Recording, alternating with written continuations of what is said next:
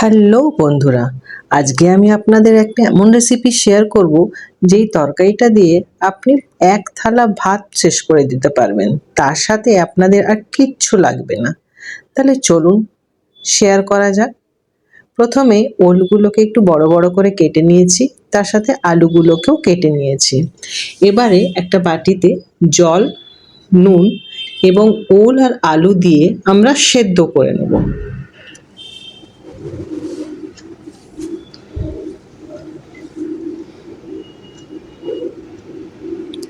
ওল আর আলুটা সেদ্ধ হয়ে গেলে তাকে ভালো করে স্ম্যাশ করে নিতে হবে।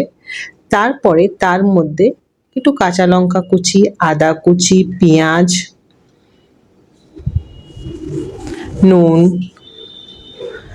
2 চামচ ময়দা, 2 চামচ চালের গুঁড়ো, একটু কাশ্মীরি লাল মির্চ পাউডার, একটু হলুদ আর চিনি দিয়ে একটু মেখে নেব।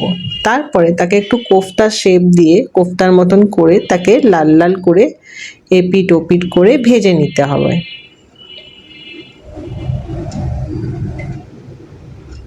ভাজা হয়ে গেছে সবকটা।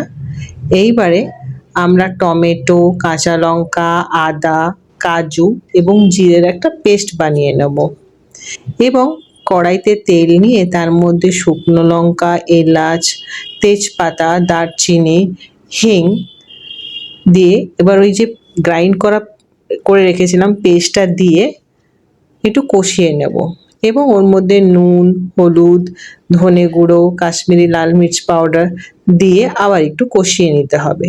তারপরে আবার দই দিয়ে একটু চিনি দিয়ে আবার কষিয়ে নেব।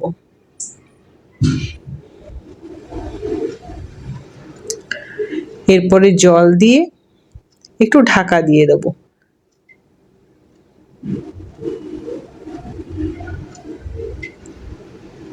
ব্যাস, জল ফুটে গেছে। তার মধ্যে ওলের কোফতাগুলোকে দিয়ে তার মধ্যে একটু গরম মশলা, এটা ফুটে গেলে আর কি, একটু গরম মশলা গুঁড়ো, ধনে পাতা আর ঘি দিয়ে গরম গরম ভাতে পরিবেশন করুন।